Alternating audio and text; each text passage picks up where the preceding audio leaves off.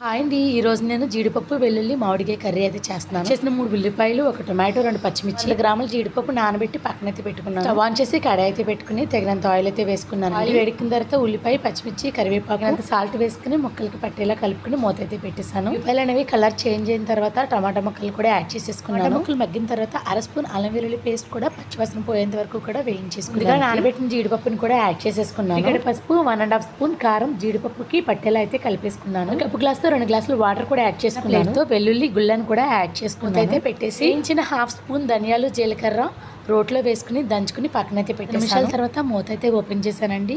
Cut చేసిన మామిడికాయ ముక్కలను కూడా యాడ్ చేసుకుని అరకప్పు గ్లాస్తో వాటర్ కూడా వేసుకున్నాను. అయితే పెట్టేశానండి. 5 నిమిషాల తర్వాత ఓపెన్ చేసి దంచుకున్న ధనియాలు, జీలకర్ర పౌడర్ని కూడా యాడ్ చేసుకున్నాను. వేయించిన ధనియాలు, జీలకర్ర పౌడర్ అయితే మంచి స్మెల్ అయితే వస్తుందండి. పౌడర్ కర్రీ అంతా కలిసేలా కలుపుకున్నానండి. అంతేనండి. ఇది కమ్మగా పుల్ల పుల్లగా భలే ఉందండి. వీడియో నచ్చితే like, share, comment and subscribe.